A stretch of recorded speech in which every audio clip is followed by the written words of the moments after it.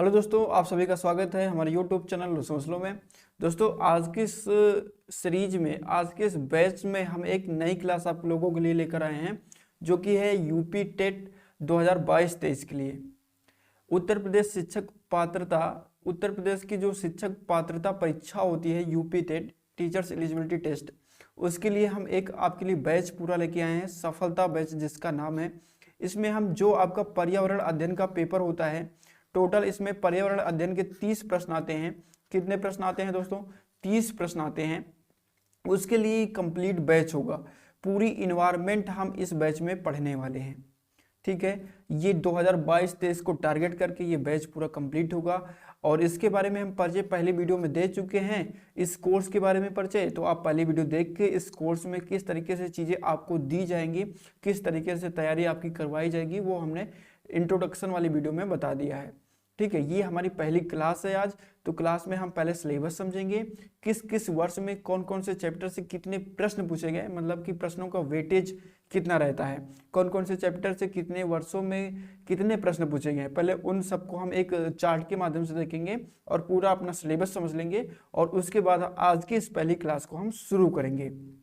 तो इसका नाम है सफलता बैच। और इस सफलता बैच के माध्यम से यूपी टेट की परीक्षा में पर्यावरण के जो 30 क्वेश्चंस आते हैं, सारे क्वेश्चंस का आंसर देने के लिए आप प्रिपेयर हो जाएंगे यदि आप इसको फॉलो करते हैं। हमने बहुत ज़्यादा मेहनत, बहुत ज़्यादा एफर्ट्स अपने इसमें डाले हैं और निश्चित रूप से आपको सफलता मिलेगी इस सफलता बैच के माध्यम से। ठीक है, इसमें हम पूरा कोर्स आपको थ्योरेटिकल पढ़ाएंगे, कंसेप्चुअल पढ़ाएंगे पूरा।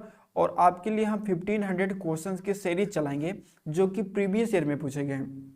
1500 क्वेश्चंस आपको हम देंगे ऑब्जेक्टिव, जो कि प्रीवियस ईयर में पूछे गए हैं, और या फिर उनसे जुड़े हुए, उन टॉपिक्स से जुड़े हुए जो क्वेश्चन पूछे गए हैं, उनसे जुड़े हुए क्वेश्चंस हमने आपके लिए टाइप करवा रहे हैं। डेली सुबह 6 बजे 30 क्वेश्चंस की प्रैक्टिस आपको करवाएंगे हम। 30 प्रश्न के जो आपका प्रैक्टिस सेट होगा, डेली सुबह 6 बजे लाइव होगा। ये आपको रिकॉर्डेड फॉर्म में मिलेगा, लेक्चर वाली वीडियोज। और जो आपका प्रैक्टिस वाला सेशन होगा वो सुबह 6 बजे लाइव होगा, जिसमें हम 30 प्रश्न डेली कराएंगे। और जब तक 1500 प्रश्न हमारे कंप्लीट नहीं हो जाएंगे तब तक ये प्रैक्टिस चलती रहेगी। तो बस इतना पर्याप्त होगा आपको पर्यावरण के पेपर में 30 में से 30 नंबर दिलाने के लिए। तो चलिए आज के इस वीडियो को शुरू करते हैं, लेकिन पहला वीडियो आप जरूर देख लीजिएगा जिसमें हमने इस कोर्स के बारे में पूरा इंट्रोडक्शन दिया है। ठीक है, तो आज हम पहले अध्याय की बात करेंगे। पहले अध्याय हमारा क्या है? पर्यावरण, परिवार एवं मित्र। पहला अध्याय हम पढ़ें उससे पहले हम पूरा सिलेबस देख ही लेते हैं कि कौन कौन से चैप्टर हमें पढ़ने हैं। ठीक है, आगे बढ़ते हैं। तो यहाँ पर देखो हमने कुछ चीज़ें लिखी हुई हैं। उत्तर प्रदेश शिक्षक पात्रता परीक्षा यूपी टेट की 2022-23 के लिए ये सफलता बैच है, जो कि बिल्कुल फ्री है, कोई चार्ज आपसे नहीं लेंगे हैं और बिल्कुल फ्री है। सारी videos, practice set, PDF notes, जितनी भी शॉर्ट नोट्स हो सकेगी सरल शब्दों में, वो हम खुद लिखकर आपको प्रोवाइड कराएंगे। आप चाहे नोट्स बनाएं या ना बनाएं, वो आपकी मर्जी है, आपको किस तरीके से याद हो रहा है चीज़ें। आपकी इच्छा है तो बना सकते हैं, नहीं तो नोट्स हम खुद लिख के रिटन नोट्स आपको प्रोवाइड करेंगे, टाइप्ड नोट्स भी आपको प्रोवाइड करेंगे, ऑब्जेक्टिव क्वेश्चंस भी आपको प्रोवाइड करेंगे, प्रीवियस ईयर के क्वेश्चंस भी आपको देंगे। तो कैसे 30 में से 30 नहीं आएंगे, हम पूरी जान लगा देंगे आपको पर्यावरण के पेपर में 30 में से 30 दिलाने के लिए। तो बस दोस्तों, थोड़ा सा सपोर्ट दिखाना है ये जो हम बैच की शुरुआत कर रहे हैं यूपी टेट के लिए, और इसको थोड़ा सा आप लोग सपोर्ट दिखाइए और अपने दोस्तों के साथ शेयर करिए। बस आपको सिर्फ ये छोटा सा काम करना है। तो इसके अंतर्गत आपको 50 से प्लस रिकॉर्डेड क्लास मिलेंगी, जिसमें आपकी पूरी थ्योरी कवर होगी, और 1500 प्लस हम MCQ जिसमें कवर करने वाले हैं। और थ्योरी वाली क्लास आपकी प्रतिदिन शाम 6 बजे अपलोड होगी, और जो आपकी वो प्रैक्टिस वाली क्लास है वो सुबह 6 बजे। वो कब होगी? वो सुबह 6 बजे लाइव क्लास होगी, जिसमें हम 30 क्वेश्चंस कर रहे होंगे। ठीक है, तो अब बात करते हैं हम सिलेबस की, और किस वर्ष में किस चैप्टर से कितने प्रश्न पूछे गए, वो डायग्राम पूरा आपके सामने, पूरा चार्ट आपके सामने ये रखा हुआ है। पिछले 8 से 9 वर्षों का विश्लेषण है पूरा, ये 8 से 9 वर्षों का पूरा विश्लेषण आपके सामने है दोस्तों। और ये बहुत इंपॉर्टेंट है कि आपको पता होना चाहिए कि किस चैप्टर से कितने क्वेश्चन से पूछे जा रहे हैं। तो ये आपको ये अनुभव हो जाएगा कि किस चैप्टर को हमें कितना टाइम देना है, कितनी अच्छी तरीके से तैयार करना है। ठीक है, तो चलिए सिलेबस की बात कर लेते हैं। पहला आपका जो चैप्टर है वो है पर्यावरण, परिवार तथा मित्र। और आज इस चैप्टर को हम पढ़ने वाले हैं। तो इसमें 3 चीजें हैं, पर्यावरण है, परिवार है और मित्र है। तो पर्यावरण को आज हम पढ़ेंगे, परिवार और मित्र को आने वाली कुछ क्लासेस में पढ़ते रहेंगे। ठीक है, डेली आपकी क्लास अपलोड होगी जब तक पूरे आपके 20 चैप्टर टोटल आपके 20 के 20 चैप्टर खत्म नहीं हो जाएंगे। डेली क्लास आपकी लगातार होती रहेगी। तो देखो पहले चैप्टर से 2022 में 5 प्रश्न पूछे गए और यहाँ पर डेट भी लिखा हुआ है, परीक्षा की तिथि यहाँ पर लिखी गई है कि किस डेट को आपकी परीक्षाएं थी। तो 5 प्रश्न, एक प्रश्न यहाँ पर 2020 में कुछ भी नहीं पूछा गया, इस चैप्टर से प्रश्न ही नहीं आया। 2018 में 12 प्रश्न इससे दोस्तों पूछ लिए गए। तो इसका मतलब है कि पहला चैप्टर हमें ध्यान से पढ़ना पड़ेगा। पहला चैप्टर से बहुत सारे क्वेश्चन आ रहे हैं। देखो इसमें 10 है, इसमें 14, इसमें 9, 10, 15, तो इसकी वेटेज बहुत ज़्यादा है ना। तो जिस चैप्टर की वेटेज ज़्यादा उसको हम डिटेल में पढ़ेंगे, ठीक है। इसी चार्ट के हिसाब से हम अपनी जो क्लासेस हैं वो आपको हम प्रोवाइड करेंगे, ठीक है। बिल्कुल भी टेंशन नहीं लेना, सारी चीज़ें बहुत सिस्टमेटिक वे में आपको हम देंगे और बहुत ही एक सिस्टम से आपको देंगे जिससे आपको सारी चीज़ें तैयार होती चली जाएंगी। और ट्रिक्स का इस्तेमाल करना पड़े, मैप का इस्तेमाल करना पड़े, डायग्राम्स का इस्तेमाल करना पड़े, इमेजेस का इस्तेमाल करना पड़े, सब कुछ का इस्तेमाल करेंगे। आप लोगों को बस याद कराना है सारी चीज़ें, समझाना है सारी चीज़ें, रटा देना है सारी चीज़ें, बहुत अच्छी तरीके से समझाएंगे भी और सारी चीज़ें तैयार भी हो जाएंगी आपकी, ठीक है। दूसरे चैप्टर की बात करें तो दूसरा हमारा जो चैप्टर है भोजन, मानव शरीर, स्वास्थ्य तथा स्वच्छता, ठीक है। जितनी वेटेज है यहाँ पर सब दी गई है, आप इसका स्क्रीनशॉट ले लीजिए और आप इसको देख लीजिए कितने कौन से ईयर में कितने क्वेश्चन पूछे गए हैं। तीसरा हमारा जो प्रश्न है आवास के बारे में पढ़ना है। हमारा जो चौथा है, तीसरा प्रश्न नहीं तीसरा चैप्टर है ये। चौथा हमारा जो चैप्टर है पेड़ पौधे तथा जंतु। पांचवा हमारा जो चैप्टर है हमारा परिवेश। छठा हमारा चैप्टर जो है, और छठे चैप्टर में हमको पढ़ना है मेले के बारे में, है ना। सातवें चैप्टर में स्थानीय पेशे और व्यक्तियों और उनसे जुड़े हुए व्यवसाय क्या क्या हैं, उन व्यवसायों के बारे में हमें पढ़ना है, ठीक है। तो बात करते हैं 8वें चैप्टर की। 8वां जो हमारा चैप्टर है, 8वें चैप्टर में हमें जल के बारे में पढ़ना है। हालांकि इसकी वेटेज ज़्यादा नहीं है, लेकिन 1-2 प्रश्न जल से संबंधित पूछ लिए जाते हैं, ठीक है। 9वां हमारा जो चैप्टर है दोस्तों वो है यातायात या फिर संचार। यातायात संचार से भी ज़्यादा क्वेश्चन नहीं पूछे जाते, लेकिन 1 या 2 प्रश्न पूछे जाने की इस बार संभावना है। हालांकि आप देखेंगे तो 2021 के पहले इससे एक भी प्रश्न नहीं पूछा जाता था यातायात और संचार से, लेकिन 2021 में एक प्रश्न पूछा गया। हम ये मान के चलते हैं कि 2022 या 23 में भी 1 या 2 प्रश्न पूछा जा सकता है, ठीक है। आगे बढ़ते तो हमारा जो 10वां चैप्टर आपको पढ़ना है, 10वां चैप्टर पढ़ना है वो है खेल और खेल की भावना। खेल एवं खेल की भावना है। इससे किसी भी साल में एक भी प्रश्न नहीं पूछा गया, बस आयोग ने आपके सिलेबस में इस चैप्टर को ऐड कर रखा है। लेकिन हम थोड़ा सा पढ़ लेंगे, हो सकता है कि इस बार पूछ ही ले, लेकिन अभी तक पूरे इतिहास में इससे एक भी प्रश्न नहीं पूछा गया, ठीक है। सबसे इंपॉर्टेंट चैप्टर आपका है 11वां चैप्टर। 11वें नंबर चैप्टर आपका सबसे ज्यादा इंपॉर्टेंट है और इसमें देखो वेटेज भी अच्छी खासी है, 3, 5, 11, 3, 10, 9, 5, 6, 4। देखो प्रत्येक वर्ष में इससे क्वेश्चन पूछे जा रहे हैं, तो ये बढ़िया चैप्टर हो जाता है। और इसमें पढ़ना क्या आपको है कि भारत की जितनी भी नदियां हैं, पर्वत है, मृदा है ना, कितने प्रकार की मृदा पाई जाती हैं, पठार, वन, अभ्यारण्य कितने हैं, यातायात, चट्टानें, महाद्वीप एवं महासागर के बारे में हमें 11वें चैप्टर में पढ़ना होगा, ठीक है। अब बात कर लेते हैं 12वें चैप्टर की। 12 नंबर चैप्टर भी इंपॉर्टेंट है क्योंकि यहाँ पर भी अब वेटेज धीरे धीरे बढ़ रही है। हालांकि इससे पहले प्रश्न नहीं पूछे जा रहे थे, लेकिन 2020 से शुरू हुआ, 2021 में 3 प्रश्न पूछे गए और 2022 में 1 प्रश्न पूछा गया। तो हम ये मान के चलते हैं कि 2023 में 1 या 2 प्रश्न आने की संभावना इससे है। और इसमें पढ़ना क्या है, हम जिस प्रदेश से बिलोंग करते हैं, उत्तर प्रदेश, है ना, तो उत्तर प्रदेश के संदर्भ में नदियाँ, पर्वत, पठार, वन और यातायात। उत्तर प्रदेश में जितने भी वन पाए जाते हैं, नदियां पाई जाती है, पर्वत पाए जाते हैं, पठार पाए जाते हैं, उन सारी चीज़ों के बारे में हमें चैप्टर नंबर 12 में पढ़ना होगा, ठीक है। बात कर लेते हैं चैप्टर नंबर 13 की। तो चैप्टर नंबर 13 में भौतिकी एवं रसायन के बारे में पढ़ना है। इससे 1 या 2 प्रश्न पूछे जाते हैं। एक प्रश्न आपका भौतिकी से पूछा जाएगा, एक प्रश्न आपका रसायन विज्ञान से पूछा जाएगा। तो इसमें जितने भी इंपॉर्टेंट फैक्ट हैं उनको हम याद करते हुए चलेंगे और एक ट्रिक के माध्यम से, क्योंकि जल्दी केमिस्ट्री वगैरह याद नहीं होती, तो हम एक ट्रिक का इस्तेमाल करेंगे। कुछ फनी सेंटेंसेस, आपके डे टू डे लाइफ से जुड़े हुए सेंटेंसेस का इस्तेमाल करेंगे। उस सेंटेंसेस को आपको ध्यान में रख के चीज़ें आसानी से याद हो जाएंगी। तो हज़ारों की संख्या में ट्रिक हमारे पास है, वो सारी चीज़ें आपको हम देंगे। बस दोस्तों आपका सपोर्ट चाहिए, आपका साथ चाहिए हमें। तो मुझे उम्मीद है कि आप इस मेहनत को, इस लगन को ज़रूर सपोर्ट करेंगे और निश्चित रूप से आपको सफलता मिलेगी, ठीक है। और 13 नंबर चैप्टर में आपको पढ़ना है वेटेज। आप यहाँ पर देख सकते हैं कि कितनी वेटेज रही है, किस वर्ष में कितनी वेटेज थी। और 14 नंबर आपका जो चैप्टर है वो है भारतीय इतिहास की एक झलक आपको पढ़नी है। हालांकि इस भारतीय इतिहास की एक झलक जो चैप्टर है इससे ज्यादा मात्रा में प्रश्न तो नहीं पूछे जाते, लेकिन 1 या 2 प्रश्न पूछे जाने की संभावना रहती है। और वेटेज आप देख ही सकते हैं कि यहाँ पर किस तरीके से इसमें से प्रश्न पूछे गए हैं पिछले सालों में। ठीक है, 15 नंबर चैप्टर की बात करें तो भारतीय संविधान और संयुक्त राष्ट्र के बारे में पढ़ना है। इसकी वेटेज अच्छी खासी रहेगी, 5 से 6 प्रश्न आपको 2023 में भी देखने को मिलेंगे। पूरा एनालिसिस आपके सामने हम रखे हुए हैं दोस्तों। ठीक है, ये एनालिसिस बहुत ज़्यादा आपको हेल्प करेगा। तो 2023 में 5 से 6 प्रश्न पूछे जा सकते हैं इंडियन कॉन्स्टिट्यूशन से और संयुक्त राष्ट्र से। ठीक है, बात करते हैं 16 नंबर चैप्टर की, तो शासन व्यवस्था पढ़ना है। इसमें से 1 या 2 प्रश्न आने की संभावना रहती है। फिलहाल 21 और 22 में कोई भी प्रश्न यहाँ से पूछा नहीं गया। ठीक है, मान के चलते हैं कि 23 में 1 या 2 प्रश्न पूछ लेगा, क्योंकि सिलेबस में ऐड कर रखा है इन्होंने। और 17 नंबर चैप्टर जो आपका है वो है अध्यापन संबंधी मुद्दे। तो अध्यापन संबंधी मुद्दे में हमें क्या क्या पढ़ना है, और जो हालांकि इससे ज़्यादा क्वेश्चन नहीं पूछे गए, देख लीजिए आप।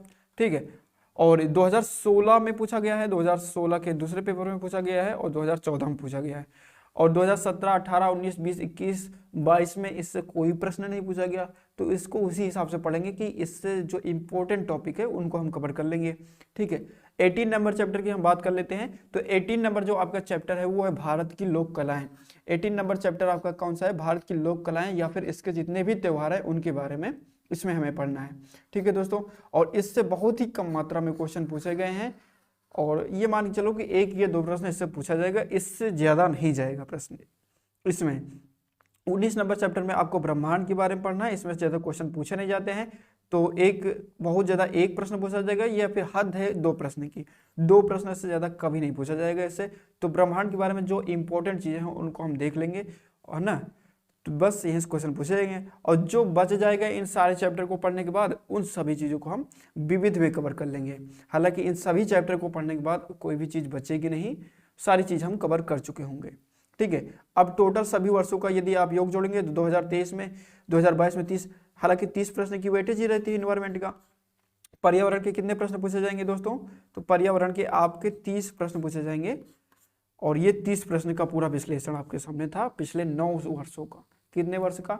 1, 2, 3, 4, 5, 6, 7, 8, 9, पूरे 9 वर्षों का आपके सामने हमने विश्लेषण प्रस्तुत कर दिया कि 9 वर्षों में किन किन चैप्टर से कितने क्वेश्चंस पूछे गए थे। तो चलिए पहले क्लास में पहले चैप्टर की शुरुआत करते हैं। देखो, सिलेबस जानना बहुत जरूरी था, और वेटेज भी कितनी आती है इसको भी जानना बहुत जरूरी था, तो हमने कहा पहले आपको ये चीजें समझाई जाएं। अब हम शुरुआत करते हैं पहले चैप्टर की, है ना। पहला अध्याय हमारा पहला क्या है? जैसा कि हमने बताया, इसकी वेटेज बहुत ज़्यादा रहती है, तो इसको हम बढ़िया से पढ़ेंगे, बहुत मस्त तरीके से इसको हम पढ़ने का प्रयास करेंगे। ठीक है, तो पर्यावरण, परिवार तथा मित्र, ये हमारा पहला चैप्टर है, और इसमें 3 वर्ड है, पर्यावरण है, परिवार है और मित्र। तो पर्यावरण के बारे में इस क्लास में हम देखने का प्रयास करेंगे। पहले पर्यावरण को समाप्त करेंगे, फिर परिवार, फिर मित्र। आने वाली क्लासेस बैक टू बैक हम इनको समाप्त करते रहेंगे। ठीक है, चलिए शुरू करते हैं। तो पर्यावरणीय अध्ययन के अंतर्गत सबसे पहली बात हम किसकी करेंगे? तो सबसे पहली बात हम करेंगे पर्यावरण की, इन्वायरमेंट की बात करेंगे। तो देखो, किसी भी चीज को समझने से पहले, किसी भी चीज को यदि आपको विधिवत समझना, बहुत अच्छी तरीके से समझना है, तो उसके 3 चीजों को समझ लो, 3 पहलुओं को जान लो। पहला, उस शब्द का मतलब जान लो। ठीक है, दूसरी, उसकी एक बढ़िया से सटीक परिभाषा पढ़ लो, और तीसरी चीज है उसका भाव समझ लो, उसकी परिभाषा का भाव समझ लो कि वो परिभाषा कहना क्या चाहती है। बस उस चीज के बारे में आप बिल्कुल, आपको क्लियर हो गया, वो बहुत अच्छी तरीके से आपको पता हो गया। तो सबसे पहले हम क्या समझते हैं कि पर्यावरण शब्द का मतलब क्या है और इन्वायरमेंट शब्द का मतलब क्या है। तो देखो, पर्यावरण शब्द को यदि हम तोड़ेंगे तो ये 2 शब्दों में टूट जाएगा। इसको हम तोड़ के पढ़ते हैं। पर्यावरण 2 शब्दों में टूटेगा, परि प्लस आवरण, परि प्लस आवरण। दोस्तों, परि का मतलब होता है चारों ओर। परि का मतलब क्या होता है? चारों ओर। ठीक है, आवरण का क्या मतलब होता है? तो आवरण का मतलब होता है घिरा हुआ या घेरे हुए। क्या होता है दोस्तों? घिरा हुआ या घेरे हुए, ये होता है हमारा आवरण का मतलब। ठीक है, तो किसी भी जीव जंतु के चारों ओर ऐसी चीजों का समुच्चय, किसी भी जीव जंतु के चारों ओर ऐसी चीजों का समुच्चय जो उस जीव जंतु को चारों ओर से घेरे हुए है, आवृत किए हुए हैं, या फिर ढके हुए हैं। फिर एक बार दूसरी तरीके से समझते हैं किसी भी जीव जंतु के चारों ओर, किसी भी जीव जंतु के चारों ओर, परि का मतलब क्या है, चारों ओर, आवृत का मतलब ढके हुए हैं, जो किसी भी जीव जंतु को चारों ओर से ढके हुए है जो चीज, उनका समुच्चय ही क्या है, पर्यावरण है। समझ गए होंगे। अब इसके लिए अंग्रेजी में एक वर्ड यूज किया जाता है एनवायरमेंट। देखो प्रश्न ये पूछा जाता है कि एनवायरमेंट शब्द किस भाषा से बना है, तो आपको ध्यान रखना कि एनवायरमेंट शब्द फ्रेंच भाषा के एक शब्द से बना है जिसका नाम है इनवार्नर। क्या नाम है दोस्तों, इनवायरोनर नाम है इसका, ठीक है। इनवार्नर शब्द का मतलब होता है घिरा हुआ, इसका मतलब क्या होता है दोस्तों, घिरा हुआ, ठीक है। तो इसका भी मतलब वही है, हिंदी में भी मतलब वही, इंग्लिश में भी मतलब वही, मतलब ऐसी चीजों का समुच्चय जो किसी जीव जंतु को चारों ओर से आवृत किए हुए हैं, घेरे हुए हैं। अब आते हैं इसकी परिभाषा पर। अब किस पे आते हैं, इसकी परिभाषा पर। तो परिभाषा ये कहती है दोस्तों, किसी जीव के चारों ओर, एक सटीक परिभाषा यदि इसकी हम देखें, ये तो हम समझने के लिए इसको समझ लिए, ठीक है, इसको हम समझने के लिए इसको समझे हैं। जैसे कि उदाहरण से कुछ और अच्छे से क्लियर हो जाएगा। उदाहरण यदि हम देखें, हम चारों तरफ से किससे घिरे हुए हैं, विज्ञान से घिरे हुए हैं। भाई हम स्मार्टफोन यूज कर रहे हैं, हम ट्यूबलाइट जला रहे हैं, हम टेलीविजन देख रहे हैं, है ना, हम नेटवर्क के चारों जाल से घिरे हुए हैं। तो ये क्या है, इन्वायरमेंट ही तो है। हम कैसे इन्वायरमेंट में जी रहे हैं, हम विज्ञान के इन्वायरमेंट में जी रहे हैं, टेक्नोलॉजी के इन्वायरमेंट में जी रहे हैं। तो ये भी क्या है, ये भी विज्ञान भी इन्वायरमेंट का ही एक हिस्सा है। हमारे चारों तरफ नदियां, पहाड़, पर्वत, वन नजर आ रहे हैं, ठीक है। तो ये क्या है, ये भी इन्वायरमेंट का हिस्सा है। जो भी चीज हमें चारों तरफ से घिरे हुए हैं वो सारे के सारे क्या है, पर्यावरण है, ठीक। जैसे हम अनुशासन और शासन में घिरे हुए हैं, ठीक है। तो पॉलिटी कौन शासन करता है, संविधान हमारे ऊपर शासन कर रहा है, ठीक है। तो संविधान जो जिसके हिसाब से हम अनुशासित हो रहे हैं, संविधान के हिसाब से, उससे भी एक शासन से भी हम घिरे हुए हैं। तो हमें संविधान के बारे में भी कुछ चीजें पढ़नी होगी पर्यावरण में। हम परिवार से, हम समाज से चारों तरफ घिरे हुए हैं, है ना, हम समाज से घिरे हुए हैं, परिवार से घिरे हुए हैं। तो ये भी क्या है दोस्तों, ये भी पर्यावरण का हिस्सा है। कहने का मतलब जितनी भी चीजें हमें चारों तरफ से घेरे हुए हैं वो सभी पर्यावरण का हिस्सा है। तो ये हो गया। अब इसकी एक सटीक परिभाषा देखते हैं, पर्यावरण की एक सटीक परिभाषा क्या होगी। तो पर्यावरण संरक्षण अधिनियम 1984 में एक बात कही गई कि किसी भी जीव के चारों ओर, किसी भी जीव के चारों ओर जैविक एवं अजैविक दशाओं एवं उनके मध्य होने वाली अंतःक्रियाओं को पर्यावरण कहते हैं, ठीक है। क्या कहा गया, किसी भी जीव के चारों ओर जैविक एवं अजैविक दशाओं एवं उनके मध्य होने वाली अंतःक्रियाओं को क्या कहते हैं, पर्यावरण कहते हैं। तो यहां पर देखो हमने दो चीजें इस्तेमाल करी, जैविक, ठीक है, जैविक और अजैविक दशाएं इस्तेमाल करी। अजैविक दशाएं क्या इस्तेमाल करी, अजैविक दशाएं। तो दशाएं क्या होती हैं, दशाएं मतलब कि जो भी हमारे आसपास का माहौल है, जो भी सिचुएशंस हैं, है ना, वो क्या है, वो सारी दशाएं हैं। तो जैविक, जैविक क्या होती हैं, तो वे सारी चीजें, वे सारी दशाएं जो किसी जीवित जीव जंतु की वजह से उत्पन्न हो रही हैं। समझने के इसको प्रयास करेंगे जैविक दशाएं क्या है, क्योंकि परिभाषा में इसका हमने इस्तेमाल किया। जब तक एक एक वर्ड का मतलब आपको नहीं पता होगा तब तक चीजें पढ़ने में आपको मजा ही नहीं आएगा, और मजा ना आवे तो पैसा वापस, है ना। कम से कम मजा आवे चाहिए भाई, अगर मजा ना आए तो पढ़ने में भी मन नहीं लगता है ना। तो जैविक दशाओं को समझते हैं। जैविक दशाएं वे दशाएं हैं जो किसी जीव के द्वारा उत्पन्न हो रही हैं, किसी जीवित चीज के। तो पादपों में भी जीवन पाया जाता है, पादप मतलब पेड़ पौधे, तो इनमें भी जीवन पाया जाता है। अगर इनके द्वारा, किसी जीव जंतु के द्वारा जो दशाएं उत्पन्न हो रही हैं वो कैसी दशाएं हैं, वो जैविक दशाएं हैं। बात करते हैं अजैविक दशाओं की। अजैविक दशाओं को हम भौतिक दशाएं भी बोलते हैं। कैसी दशाएं भी बोलते हैं, भौतिक दशाएं भी बोलते हैं। भौतिक दशाएं वे दशाएं हैं जो भौतिक संसाधनों के द्वारा उत्पन्न हो रही हैं।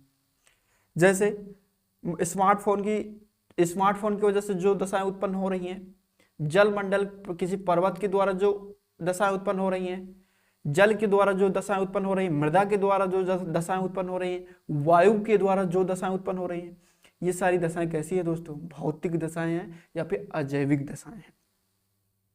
तो दशाओं का मतलब आपको समझ गया, भौतिक दशाएं समझ गए, अजैविक दशाएं समझ गए। परिभाषा क्या बोलती थी, परिभाषा ये बोलती थी कि किसी भी जीव जंतु के चारों ओर भौतिक एवं अजैविक, भौतिक चाहे बोलो चाहे अजैविक बोलो, और जैविक अजैविक एवं जैविक दशाओं एवं उनके मध्य होने वाली परस्पर अंतः क्रियाओं को हम क्या कहते हैं, पर्यावरण कहते हैं। तो आपने पर्यावरण का अर्थ समझा, शाब्दिक अर्थ समझा, परिभाषा समझ ली, इसका भाव भी समझ लिया कि हमारे चारों ओर जितनी भी चीजें हमको घेरे हुए हैं वो सारी चीजें क्या है, पर्यावरण के अंतर्गत आती हैं। तो अब मुझे नहीं लगता कि पर्यावरण है क्या, पढ़ना क्या है, इसमें सारी चीजें विज्ञान से जुड़ी हुई जो चीजें हैं, जो चीजें भूगोल से जुड़ी हुई हैं, पर्वत पठार वन, सारी चीजें हमें पढ़नी है पर्यावरण में, है ना।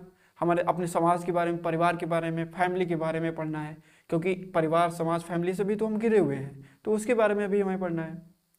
तो पर्यावरण में पढ़ना क्या है, ये चीजें आपको क्लियर हो गई होगी। ठीक है, यहाँ पर देखो सारी चीजें वही चीजें हमने लिखी है जो चीजें आपको हमने समझाई। तो आप लोग इसका स्क्रीनशॉट ले लीजिए और पर्यावरण संरक्षण अधिनियम 1986 के अनुसार ये जो परिभाषा है इसको भी नोट कर लीजिए आप लोग, है ना। चाहो तो आप लोग नोट करो या फिर नोट ना करो, सिर्फ वीडियो को ध्यान से देखिए आप लोग। ये सारे पीडीएफ हम टेलीग्राम पे शेयर कर देंगे, टेलीग्राम ग्रुप ज्वाइन कर लो, वहां से डाउनलोड कर लेना, बात खत्म। चलिए आगे बढ़ते हैं। तो पर्यावरण के घटक के बारे में अब हम बात करेंगे। पर्यावरण को समझने के बाद अब हम किसकी बात करेंगे, पर्यावरण घटक के बारे में हम बात करेंगे। तो देखो यहाँ पर पर्यावरण के घटक और पर्यावरणीय कारक के बारे में हम पढ़ने जा रहे हैं, component of environment and environmental factors. तो घटक होते क्या हैं, पर्यावरण तो समझ लिया हमने, घटक क्या होते हैं।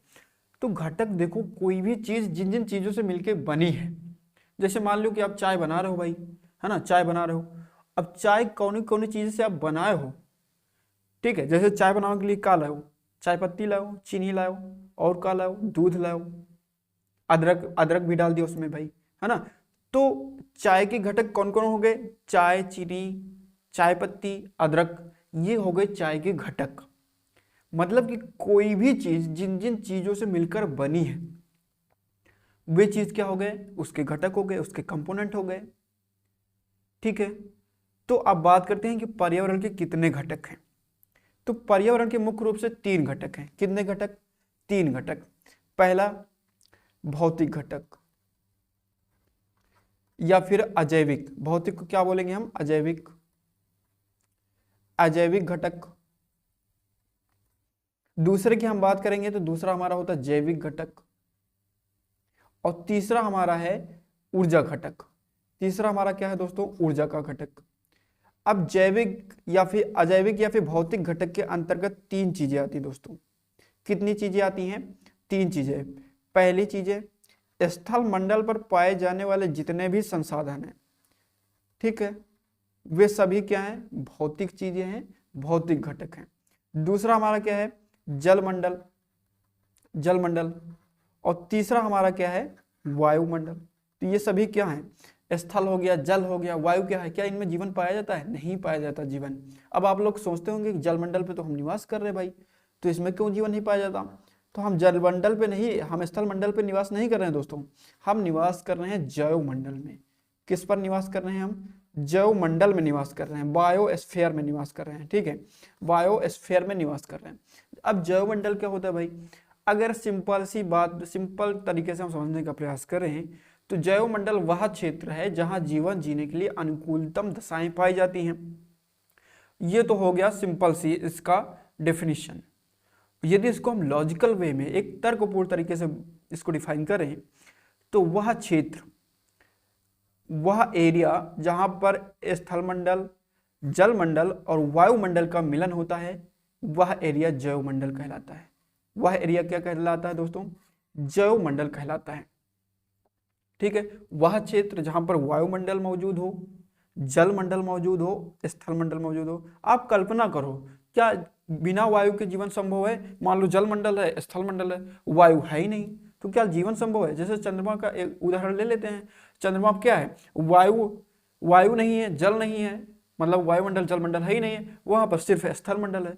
तो क्या स्थलमंडल पे वहां पर जीवन संभव है, नहीं है ना। अगर संभव होता तो अब तक हम पृथ्वीवासी क्या करते हैं, चंद्रमा पर अपना घर द्वार बसा चुके होते, है ना। तो कहने का मतलब यह है कि जलमंडल, स्थलमंडल और वायुमंडल जब तक तीनों सम्मिलित रूप से मौजूद नहीं होंगी तब तक वहां पर जीवन संभव नहीं होगा। और अगर जहां पर ये जीवन संभव होगा, जहां पर ये तीनों चीजें मौजूद होगी, वहां पर जैवमंडल का निर्माण होगा। तो जैव मंडल क्या है, ये चीज आप समझ गए होंगे। तो भौतिक या फिर अजैविक घटक के अंतर्गत 3 चीजें, स्थल मंडल, जल मंडल और वायुमंडल। ठीक है, तो जैव मंडल भी हम समझ चुके हैं, तो जैव मंडल को हम हटा देते हैं थोड़ी देर के लिए। ठीक है, जैव मंडल को हम समझ चुके हैं, तो जैव मंडल को हटाते हैं।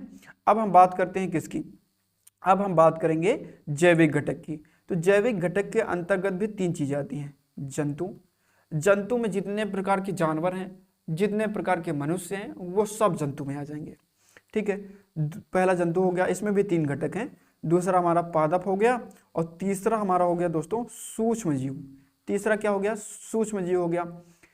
तो अभी स्थल मंडल, जल मंडल, वायुमंडल के बारे में डिटेल में हम पढ़ेंगे, उसकी टेंशन आप लोग ना लीजिए। जंतु क्या होते हैं, पादप क्या होते हैं, सूक्ष्म जीव क्या होते हैं, सब डिटेल में पढ़ने वाले हैं अभी। तो एक बेसिक स्ट्रक्चर हम बनाते चल रहे हैं। ठीक है, जंतु जितने भी एनिमल हैं, है ना, जितने भी मनुष्य सब इसी में आ जाएंगे जंतु में। पादप जितने भी प्रकार के पेड़ पौधे हैं, ठीक है, जितने भी प्रकार के पेड़ पौधे हैं वो सब क्या है, पादप। सूक्ष्म जीव क्या है, बहुत छोटे छोटे जीव, बहुत छोटे छोटे जीव जो हमें नग्न आंखों से ना दिखाई दे, कुछ ऐसे भी होते हैं जो दिखाई भी दे जाते हैं। सूक्ष्म जीव का मतलब छोटे जीव। ठीक है, ऊर्जा, ऊर्जा घटक क्या है, तो सभी प्रकार की ऊर्जाओं का जो मुख्य स्रोत है वो सूर्य है। क्या है दोस्तों, सन। सभी प्रकार की ऊर्जाओं का मुख्य स्रोत क्या है दोस्तों, वो है सन। समझ रहे हैं, जैसे मान लो आप सभी प्रकार की ऊर्जा, अब आप लोग ये सोचेंगे कि हमें तो ऊर्जा भोजन से प्राप्त होती है, सूर्य से तो ऊर्जा नहीं लेते हम, है ना। हालांकि सूर्य की रोशनी की कमी से क्या होता है, विटामिन डी की कमी हो जाती है हमारे शरीर में। ठीक है, और जिससे सूखा रोग हो जाता है। फिलहाल ये सारी चीजों को हम पढ़ेंगे आगे, है ना, जैसे जैसे क्लासेस आती रहेंगे। तो देखो सूर्य से हमें ऊर्जा अप्रत्यक्ष रूप से मिलती है ना। डायरेक्ट हम भले ही ना ले रहे हो सूर्य से ऊर्जा, लेकिन अप्रत्यक्ष रूप से हमें मिलती है। कैसे, सबसे पहले हम सब्जियों का सेवन करते हैं, तो सब्जियां किससे हमें प्राप्त होती हैं, पादपों से प्राप्त होती हैं, पौधों से प्राप्त होती हैं। अब पौधे अपना भोजन किससे बनाते हैं, सूर्य की रोशनी से बनाते हैं। वो उन्होंने सूर्य की रोशनी से ऊर्जा लेकर अपने अंदर ऊर्जा भरी, और उन सब्जियों को हमने खाया, उनसे ऊर्जा हमने प्राप्त कर ली। तो हम कैसे जीव हो गए, हम परपोषित जीव हो गए। देखो 2 प्रकार के जीव, स्वपोषित जीव, परपोषित जीव। प्रश्न पूछा जाता है इससे। स्वपोषित जीव कौन से होते हैं, वे जीव होते हैं जो अपना भोजन स्वयं बनाते हैं, किसी दूसरे के ऊपर निर्भर नहीं रहते, है ना, किसी दूसरे के ऊपर डिपेंडेंट नहीं रहते। वे जीव क्या कहलाते हैं, वे जीव स्वपोषित कहलाते हैं, मतलब जो अपना पोषण स्वयं करे, वे स्वपोषित।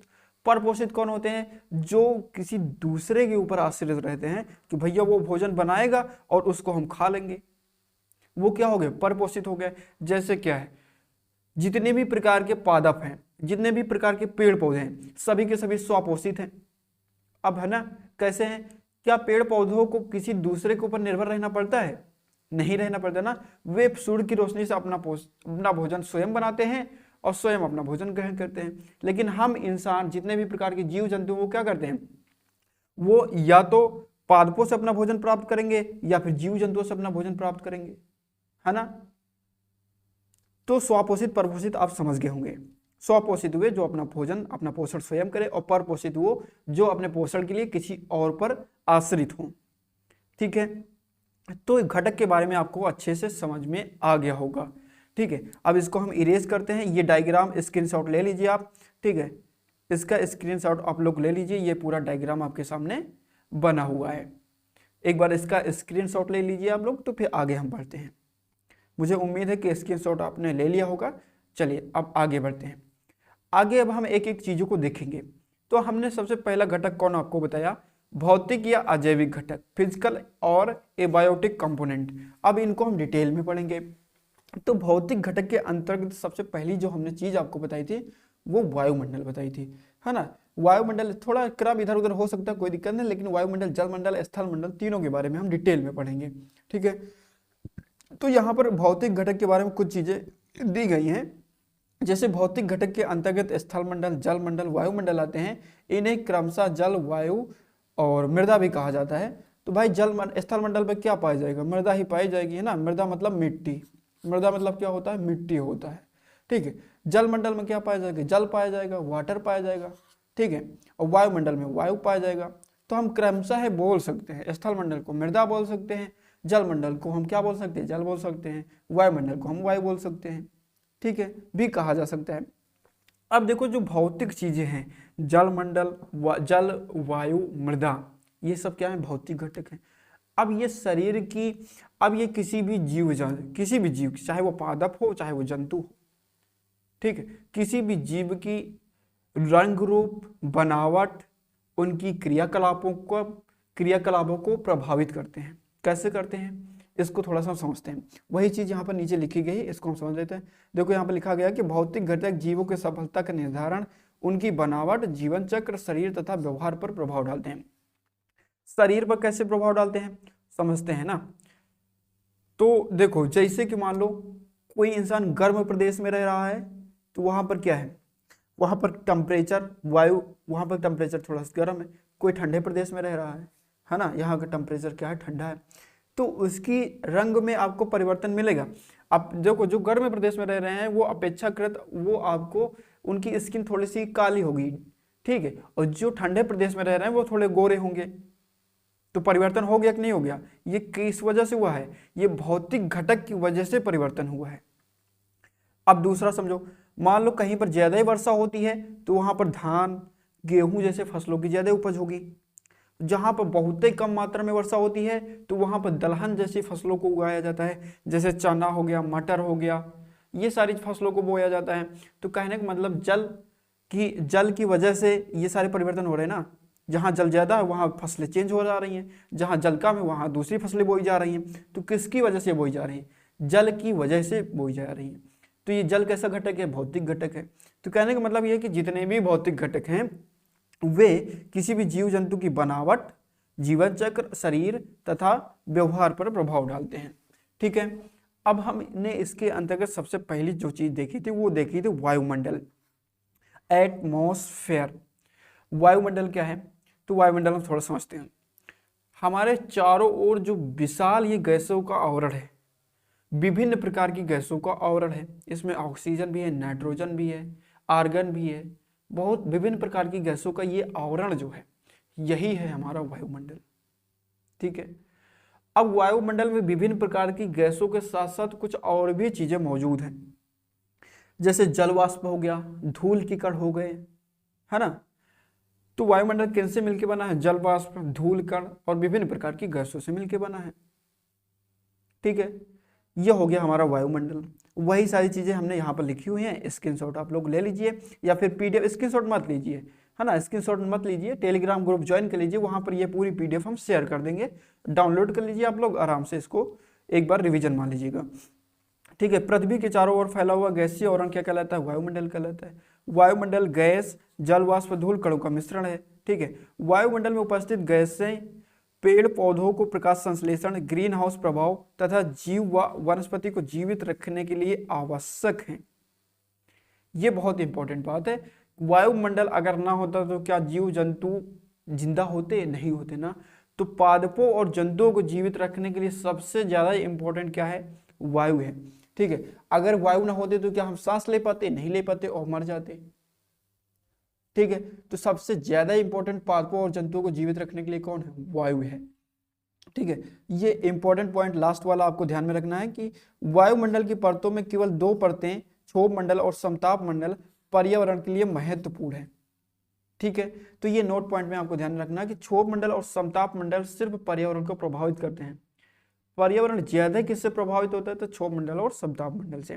क्योंकि क्षोभ मंडल को प्रश्न पूछा जाता है कि मौसम संबंधी घटनाएं किस में घटती हैं, तो मौसम संबंधी जितनी भी घटनाएं होती हैं वो क्षोभ मंडल में घटती हैं। और वायुमंडल में टोटल 5 परतें पाई जाती है, वो अभी हम देखेंगे, ठीक है। ओजोन परत किस में पाई जाती है, तो समताप मंडल में ओजोन परत पाई जाती है। पूछा जाए कि टेम्परेचर, ताप समान किस परत में रहता है, वायुमंडल की किस परत में ताप हमेशा समान रहता है, तो वो रहता है दोस्तों समताप मंडल में। देखो ऐसे देख लो, नाम से स्पष्ट है, समताप मंडल। तो सम का मतलब समान, सम का मतलब क्या, समान, और ताप का मतलब टेम्परेचर। तो टेम्परेचर किस में समान रहता है, समताप मंडल में, बात खत्म।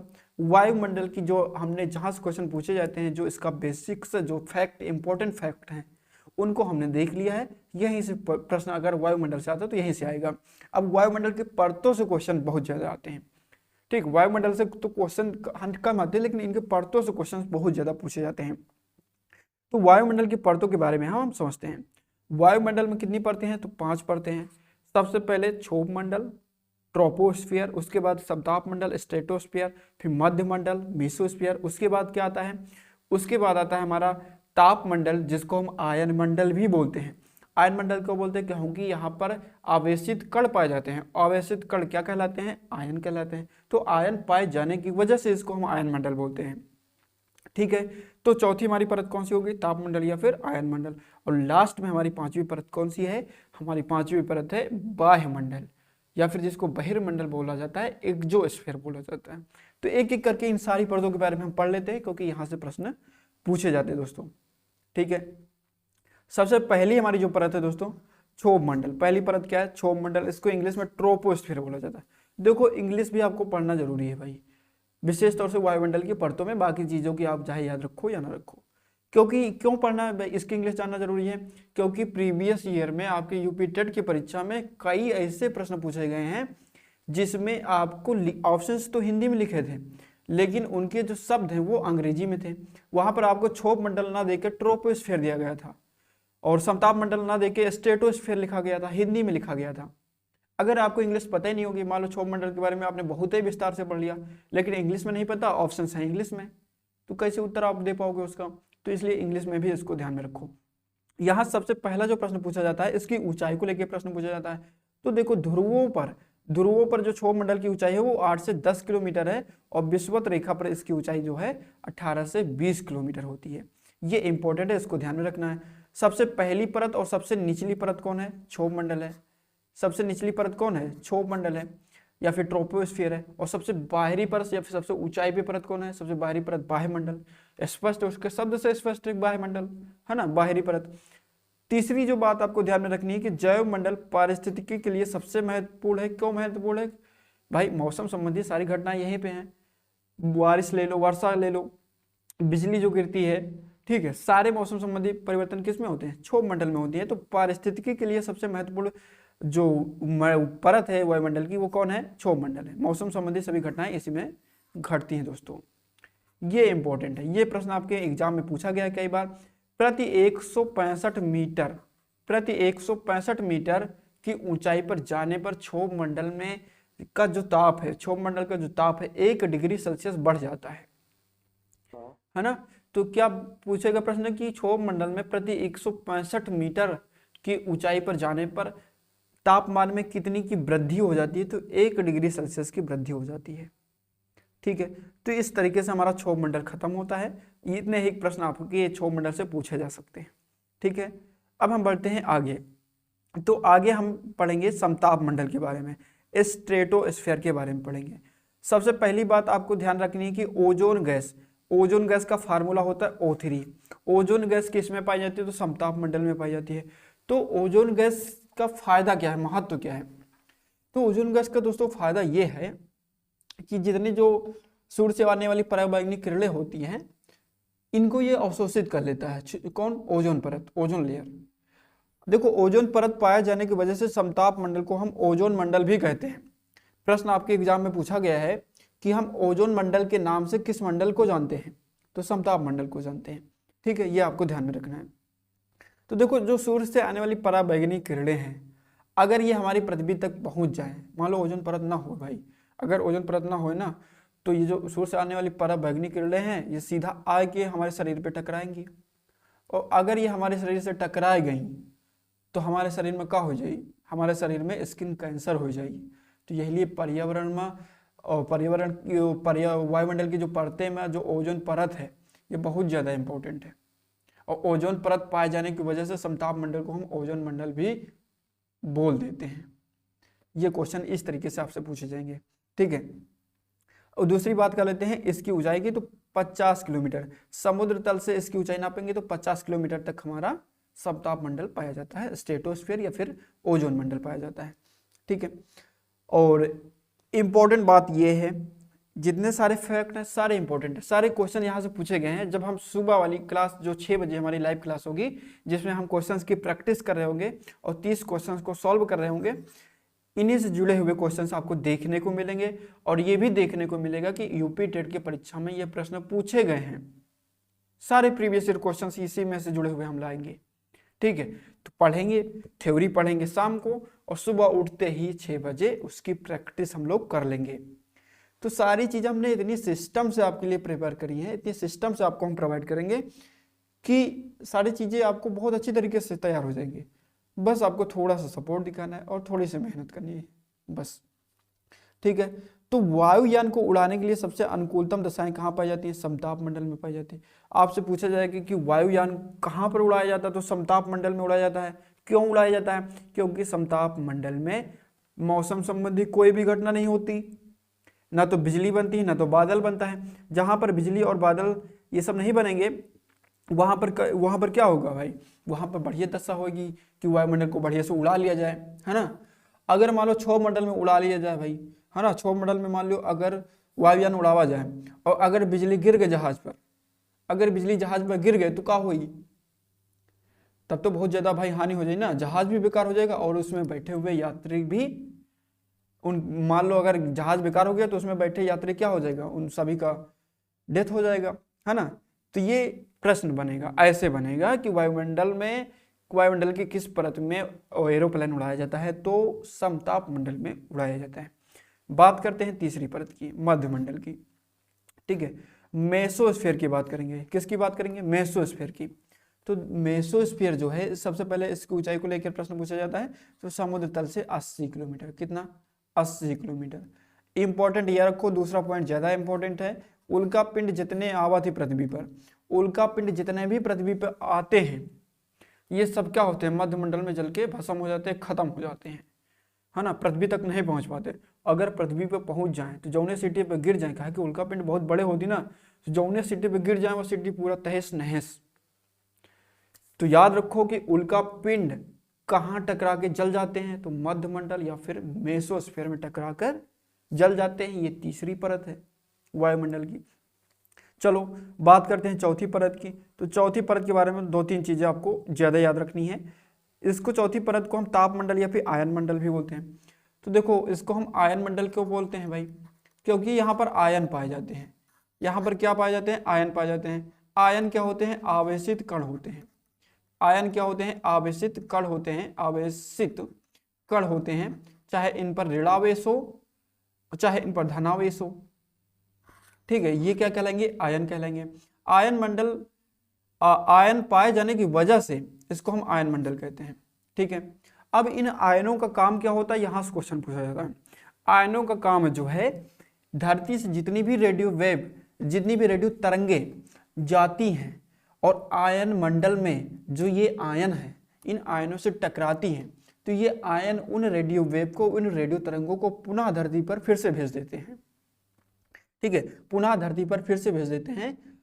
तो ये संचार का काम करते हैं, संचार में हमारी हेल्प करते हैं, मदद करते हैं। तो प्रश्न ये पूछा जाता है कि संचार संबंधी जो उपग्रह होते हैं वो कहाँ पर छोड़े जाते हैं? तो वो छोड़े जाते हैं दोस्तों, कहाँ छोड़े जाते हैं? आयन मंडल में छोड़े जाते हैं, ठीक है। आई होप कि आपको ये बात याद रहेगी, यहाँ से प्रश्न पूछा जाता है। संचार संबंधी उपग्रह कहाँ छोड़े जाते हैं? आयन मंडल में छोड़े जाते हैं। यदि आपसे सिर्फ ये पूछा जाए कि उपग्रह कहाँ छोड़े जाते हैं, तो उपग्रह अंतरिक्ष में छोड़े जाते हैं। अंतरिक्ष मतलब बाह्य मंडल, अंतरिक्ष मतलब बाह्य मंडल, ठीक है। लेकिन संचार संबंधी उपग्रह पूछ लिया जाए तो आपको कौन सा ऑप्शन मारना है? आयन मंडल मारना है, ठीक है। देखो उपग्रह 2 प्रकार के होते हैं। कितने प्रकार के होते हैं? उपग्रह समझ लो क्या होता है। ग्रह उपग्रह में अंतर क्या है? ग्रह जो होता है वो किसी भी तारा के चारों ओर एक पर्टिकुलर, एक निश्चित ऑर्बिट में चक्कर लगाता है। अब उपग्रह क्या है? उपग्रह है किसी ग्रह के चारों ओर चक्कर लगाता है, समझ लो इसको। जैसे सूर्य क्या है? सूर्य क्या है? सूर्य एक तारा है, पृथ्वी हमारी इसके चारों ओर चक्कर लगा रही है, इसके साथ साथ और भी ग्रह इसके चारों ओर चक्कर लगा रहे हैं, ठीक है। तो सूर्य क्या है? तारा है। तो तारे की जो चारों ओर चक्कर लगाए वो क्या कहलाएंगे? वो ग्रह कहलाएंगे। अब जैसे हमारी पृथ्वी है, ये हमारी पृथ्वी है। अब किसी ग्रह, पृथ्वी क्या है? ग्रह है। अब किसी ग्रह के जो चारों ओर चक्कर लगाएंगे उनको हम क्या कहेंगे? उनको हम उपग्रह कहेंगे। उनको हम क्या कहेंगे? उपग्रह। जैसे हमारी पृथ्वी का एकमात्र उपग्रह है चंद्रमा। हमारी पृथ्वी का क्या है? एकमात्र उपग्रह है चंद्रमा। अब देखो उपग्रह 2 प्रकार के होते हैं। कितने प्रकार के? 2 प्रकार के। एक होता है कृत्रिम उपग्रह, ठीक, एक क्या होता है कृत्रिम उपग्रह और एक होता है प्राकृतिक उपग्रह। क्या होता है? एक प्राकृतिक उपग्रह होता है। भाई कृत्रिम उपग्रह क्या है? कृत्रिम उपग्रह वे हैं जिनको हम मानवों ने बनाया है। जैसे संचार संबंधी बहुत सारे उपग्रह हम छोड़ रहे हैं, कहाँ? आयन मंडल में। संचार संबंधी अभी एलोन मस्क के बारे में आपने सुना होगा, वो स्टारलिंक एक नेटवर्किंग सिस्टम बिछाने जा रहे हैं। तो वो क्या कर रहे हैं? संचार संबंधी जो ढेर सारे उपग्रह हैं वो छोड़ रहे हैं, कहाँ? आयन मंडल में छोड़ रहे हैं। तो वे उपग्रह जो हम मानवों ने बना के अंतरिक्ष में छोड़े वो कृत्रिम उपग्रह हैं। जो नेचर ने, जो प्रकृति ने उपग्रह हमें प्रदान किए, जैसे पृथ्वी का एकमात्र उपग्रह चंद्रमा, यह प्राकृतिक उपग्रह है। तो आप समझ गए होंगे संचार संबंधी सारे उपग्रह कहाँ छोड़े जाते हैं? आयन मंडल में। बढ़ते हैं आगे। इस मंडल में जो है ऊंचाई के साथ तापमान में तेजी से वृद्धि होती है। स्टार लगा लो, इंपॉर्टेंट क्वेश्चन है, यूपी टेट में पूछा गया क्वेश्चन है। पूछा गया था क्वेश्चन कि किस वायुमंडल की किस परत में तापमान ऊंचाई के साथ तेजी से वृद्धि होती है? किस वायुमंडल की परत में तापमान ऊंचाई के साथ तापमान में तेजी से वृद्धि होती है? तो आपको याद रखना है तापमंडल या फिर आयन मंडल में। और किस में समान रहता है? तो समताप मंडल में ताप हमेशा समान रहता है। ठीक है, आगे बात करते हैं। इस मंडल में विद्युत आवेशित कण होते हैं, जो कि हम बता चुके हैं, इनको आयन कहते हैं। ये रेडियो तरंगों को भूपृष्ठ पर वापस कर देते हैं, ये भी हम आपको समझा चुके हैं। बात करते हैं लास्ट परत की, ठीक है, बाह्य मंडल की। बात करते हैं लास्ट परत की, बाह्य मंडल की, एक्सोस्फीयर। तो इसके संबंध में दो बातें याद रखो बस। ये 500 समुद्र तल से 500 किलोमीटर से लेकर अंतरिक्ष तक इसकी अनुमानित जो लंबाई वो मापी गई है, ऊंचाई मापी गई है, लेकिन अभी कोई कंफर्म इसका वैज्ञानिकों में मतभेद है कि अंतरिक्ष कहाँ तक अंतरिक्ष का विस्तार है। तो ये मान लिया जाता है कि 500 किलोमीटर से ऊपर आप चाहे जितनी दूरी तक चले जाओ भाई, वह पूरा है वायुमंडल। ठीक है, समुद्र से 5 किलोमीटर के जैसे ही ऊपर जाना चालू करोगे, पूरा का पूरा क्या है? वायुमंडल है, अंतरिक्ष है। ठीक है, और इसमें कृत्रिम उपग्रह स्थापित किए जाते हैं। कृत्रिम उपग्रह किस में स्थापित किए जाते हैं? बाह्य मंडल में स्थापित किए जाते हैं, अंतरिक्ष में स्थापित किए जाते हैं। लेकिन संचार संबंधी पूछेगा तो आयन मंडल में स्थापित किए जाते हैं। रीजन में हमने समझा दिए क्यों किए जाते हैं। तो इस प्रकार से वायुमंडल की जो पांचों परतें हैं, इनको हमने समझ लिया दोस्तों। वायुमंडल की पांचों परतों का क्या किया? हमने समझ लिया। अब हम बात करते हैं जलमंडल की। किसकी बात करेंगे? जलमंडल की या फिर जल की बात करेंगे। ठीक है, जलमंडल की या फिर जल की बात करेंगे। तो यहाँ पर कुछ पॉइंट आपको ध्यान में रखने हैं कि जल पृथ्वी पर पाया जाने वाला एकमात्र अकार्बनिक तरल पदार्थ है। ठीक है, और जल की कुल मात्रा, दूसरा पॉइंट है, मात्रा जो है वो समान रहती है। जल की कुल मात्रा क्या रहती है? समान रहती है। तो भाई ये तो समझने वाली ज़्यादा बात है नहीं, है ना, बिल्कुल कॉमन सेंस है कि जल की कुल मात्रा हमेशा क्या रहती है? समान रहती है। अब आप सोचते होंगे कि भाई हमने जो है बर्तन में सुबह पानी गर्म कर रहे थे, 1 लीटर पानी चढ़ाया, लेकिन उसमें 800 ml पानी बचा, 200 ml पानी उड़ गया, गायब हो गया। तो जल की मात्रा समान कहाँ से है? तो भाई देखो, जो पानी 200 ग्राम उड़ा है ना, वह वायुमंडल में वाष्प के रूप में मौजूद है। आपने एसी देखा होगा, तो एसी में क्या कोई पानी डालता है? एसी में कोई पानी डालता नहीं है, लेकिन उसमें पानी निकलता रहता है। कहाँ से निकलता रहता है? ये वही पानी है जो आपने भाप बना के उड़ा दिया और जो वो वायुमंडल में वाष्प के रूप में मौजूद है, ये वही पानी एसी के माध्यम से पुनः पानी बन जा रहा है ना। तो कहने का मतलब पानी भाप बनेगा, भाप से फिर पानी बनेगा। जैसे पानी से बर्फ बना, बर्फ से फिर पानी बना, पानी को भाप बना के उड़ा दो। कहने मतलब ये एक अवस्था से दूसरी अवस्था में परिवर्तित होते रहेंगे, लेकिन इनकी जो कुल मात्रा होगी वो हमेशा क्या होगी? बराबर होगी। ऐसा नहीं कि जैसे पृथ्वी पर मान लो जितना, एक उदाहरण के तौर पर मान लो, जैसे अगर 100 लीटर पानी पाओ जाता है तो कब भैया पानी घट के 98 लीटर बनी? नहीं, ये हमेशा ही 100 लीटर रही। ठीक है, चलो आगे बढ़ते हैं। तो जल वनस्पति के प्रकार तथा उसके संगठन पर महत्वपूर्ण प्रभाव डालते हैं। देखो, जल क्या है? किसी भी क्षेत्र की वनस्पति का निर्धारण करते हैं। कौन? जल। हमने अभी सब्जी वाला और धान, गेहूं, ये सब की फसलों को उदाहरण आपको दिया था। जहां पर ज्यादा जल पाया जाएगा वहां पर धान, गेहूं जैसे फसलों उगाई जाएगी। जहां पर जल बहुत कम पाया जाता है तो वहां पर कैसी दलहन की फसलें उगाई जाएंगी, जैसे अरहर हो गया, मटर हो गया, चना हो गया, ये सारी फसलें उगाई जाएंगी। तो वनस्पति पर बहुत ही ज्यादा प्रभाव डालता है कौन? जल, है ना, ये आपको ध्यान रखना है। आगे बात करते हैं जल मंडल में। जल में ऑक्सीजन, कार्बन डाइऑक्साइड तथा अन्य गैसें आंशिक रूप से घुली रहती हैं। ठीक है, ये आपको ध्यान में रखना कि जल में ऑक्सीजन, कार्बन डाइऑक्साइड और भी अन्य गैसें जो हैं आंशिक रूप से घुली होती हैं। तो अब हम बात कर लेते हैं मृदा की, स्थल मंडल की। किसकी हम बात करेंगे? स्थल मंडल की। कुछ चीजें इसमें, जैसे कुछ चीजें टाइप्ड नहीं हुई तो वो हम कल वाली क्लास में कवर कर लेंगे, है ना। कुछ चीजें जो हैं कल वाली क्लास में कवर कर लेंगे, उसकी आपको टेंशन लेने की कोई जरूरत नहीं है। ठीक है, अब बात करेंगे हम मृदा की। तो मृदा, मिट्टी क्या है? मृदा भूपर्पटी की सबसे ऊंची परत है। ये देख लो भैया, चित्र हमने बनाया है, चित्र यहाँ पर हमने डायग्राम लगाया है। हमेशा के लिए आपको याद रहेगा कि मृदा क्या है? भूपर्पटी की सबसे ऊंची परत है। ठीक है, नेक्स्ट पॉइंट हमारा जो है, यह खनिज तथा आंशिक रूप से अपघटित कार्बनिक पदार्थों से निर्मित होता है। तो मृदा किससे निर्मित है? खनिजों से निर्मित होती है और आंशिक रूप से, ठीक, आंशिक रूप से कार्बनिक पदार्थ जो होते हैं उनके अपघटित कार्बनिक पदार्थों से ये निर्मित होती है। नेक्स्ट पॉइंट की बात करते हैं, मृदा का निर्माण शैलों का अपने स्थान पर अपक्षय से होता है और उनके स्थान अपक्षय तथा स्थानांतरित तल छटों का जल तथा वायु द्वारा अपर्दन से होता है। तो मृदा कैसे बनता है? मृदा देखो भाई, मृदा मतलब मिट्टी, है ना। मृदा मतलब क्या होता है? मिट्टी। जैसे सैल या फिर चट्टान पाई जाती है, जैसे पत्थर वत्थर भाई है, पत्थर है ना, मान लो पत्थर है, तो पत्थर जैसे कि पर्वत मान लो, पर्वत मानो, और पर्वत के बीच से नदी बह रही है, तो वो नदी क्या कर रही है? लगातार उस पत्थर को काटे जा रही, काटे जा रही, काटे जा रही, उस पत्थर को तोड़ तोड़ के एकदम थोड़ा थोड़ा काट रही है ना। दिखाई नहीं देगा वो आपको, वो बहुत लंबी प्रक्रिया है। तो वो काट के क्या कर रही है? छोटे छोटे ले जा रही है, और उन्हीं को बहा के क्या ले जा रही है? उन्हीं को बहा के बहुत दूर तक ले जा रही है और उन्हीं का एक मिश्रण तैयार कर दे रही है। तो मतलब चट्टानों को तोड़ फूट के, बहुत लंबी समय की प्रक्रिया, हवाओं के द्वारा अपर्दन होता है चट्टानों का, जल के द्वारा अपर्दन होता है। अपर्दन मतलब उसका क्षय होता है ना, विघटन होता है।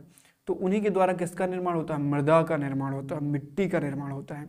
ठीक है, इसमें कार्बनिक पदार्थ भी पाए जाते हैं। आगे बढ़ते हैं, नेक्स्ट हमारा जो पॉइंट है, मृदा में पौधों, फसलों, घास तथा वनों की वृद्धि होती है। तो सभी को पता भाई कि मिट्टी के ऊपरी सतह पर मृदा, पृथ्वी की ऊपरी सतह को मृदा कहते हैं, और ऊपरी सतह पर हम क्या बोलते हैं? जितने भी प्रकार की फसलें हैं वो सारी उगाई जाती हैं, जितने भी प्रकार के पेड़ पौधे वो सारे कहाँ उगते हैं? मृदा पे उगते हैं। ठीक है, मृदा पर, जिस पर मानव भोजन, वस्त्र, लकड़ी तथा अन्य वस्तुओं के निर्माण सामग्री के लिए आश्रित रहता है। तो भूपर्पटी की ऊपरी सतह मृदा कहलाती है, और इसी पर जितने भी प्रकार की हम सुख सुविधाओं का उपयोग कर रहे हैं, चाहे कपड़े हों, भोजन हो, किसी भी प्रकार की जो सुविधा हमने बनाई है, वो सारी चीजें कहाँ पे मिली हैं? कहाँ से मिली है? मिट्टी से मिली है, और मिट्टी में भी मिल जाएंगी, है ना। जितनी भी चीजें हमको मिली हैं, वस्त्र हो गया, खाना पीना हो गया, जितने भी गैजेट्स हैं, इलेक्ट्रॉनिक गैजेट्स हैं, विज्ञान की देन जो भी चीजें हैं, वो सारी चीजें दोस्तों, सारी चीजें मिट्टी से मिली हैं, और एक दिन सारी चीजें मिट्टी में मिल जानी है। ठीक है, तो मृदा के बारे में इतनी बात हो गई, और आगे देख लेते हैं। तो अभी तक हम देखते हैं कि हमने क्या क्या पढ़ लिया भाई, है ना। अभी तक हम देखते हैं क्या क्या हमने पढ़ लिया। तो देखो, हमने पर्यावरण के घटक के अंतर्गत भौतिक घटक पढ़ा, भौतिक घटक की इन तीनों चीजों को, वायुमंडल पढ़ा, वायुमंडल की सभी परतों के बारे में पढ़ लिया। जल मंडल के बारे में हमने थोड़ा सा पढ़ा है। जल मंडल के बारे में अभी और चीजें पढ़नी है, जो कि हम कल आपको पढ़ाएंगे, कि वायुमंडल का जल के प्रतिशत, जल किन किन रूपों में पाया जाता है ना, ये चीजों से प्रश्न पूछा जाता है कि जल किन किन रूपों में पाया जाता है। और स्थल मंडल, स्थल मंडल के बारे में भी हम पढ़ चुके हैं। तो जो चीजें छूटी हैं वो कल हम पढ़ेंगे, और अभी कुछ चीजें जो इस स्लाइड्स में टाइप है उन चीजों को हम समझते हैं। तो क्लास बहुत ज्यादा लंबी हो जाएगी, 2-3 घंटे की बन जाएगी फिर ये, है ना। तो ज्यादा लंबी क्लास हो जाएगी तो आप लोग भी बोर होने लगेंगे। तो बात करते हैं अब जैविक घटक के बारे में। भौतिक घटक हमारा पूरा खत्म हो चुका है। जैविक घटक के बारे में बात करेंगे तो इनमें हमें पादप के बारे में पढ़ेंगे, जीव के बारे में, सूक्ष्म जीव के बारे में फिर पढ़ेंगे, फिर ऊर्जा घटक के बारे में, सूर्य के बारे में हम लोग पढ़ लेंगे। चलिए आगे बढ़ते हैं। तो जैविक घटक के अंतर्गत सबसे पहले हमें पादप के बारे में पढ़ना है, प्लांट्स। प्लांट्स के बारे में हमें ज्यादा डिटेल में नहीं पढ़ना, क्योंकि है ना, यहाँ से उतने ज्यादा मात्रा में क्वेश्चन नहीं पूछे जाते कि पीएचडी लेवल के क्वेश्चन पूछे जाएंगे। तो जो क्वेश्चन पूछे गए उन्हीं से रिलेवेंट टॉपिक हम आपको पढ़ा रहे हैं। ठीक है, प्लांट के बारे में आपको कुछ चीजें याद रखनी है कि पादप जैविक संगठनों के लिए सबसे महत्वपूर्ण होते हैं। ठीक है, जैविक संगठनों के लिए सबसे महत्वपूर्ण होते हैं। अगर पादप ना होते, अगर पादप ना होते तो क्या हमारा जीवन संभव होता? कभी नहीं होता, क्योंकि जितने भी जीव जंतु हैं वे सब प्रत्यक्ष या अप्रत्यक्ष रूप से अपना भोजन कहाँ से प्राप्त करते हैं? पादपों से प्राप्त करते हैं।